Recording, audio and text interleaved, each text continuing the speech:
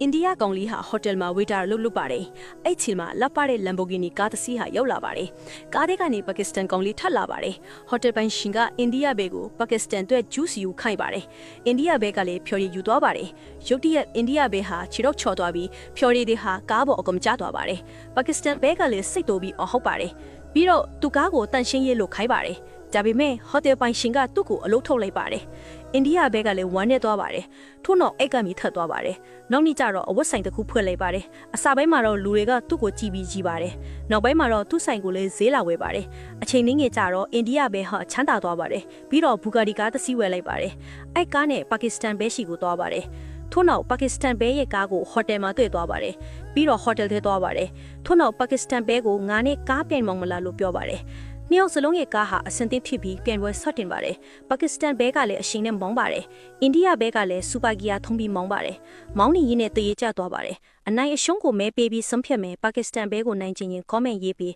အိန္ဒိယဘဲကိုနိုင်ချင်ရင် like and follow လုပ်ပေးပါ။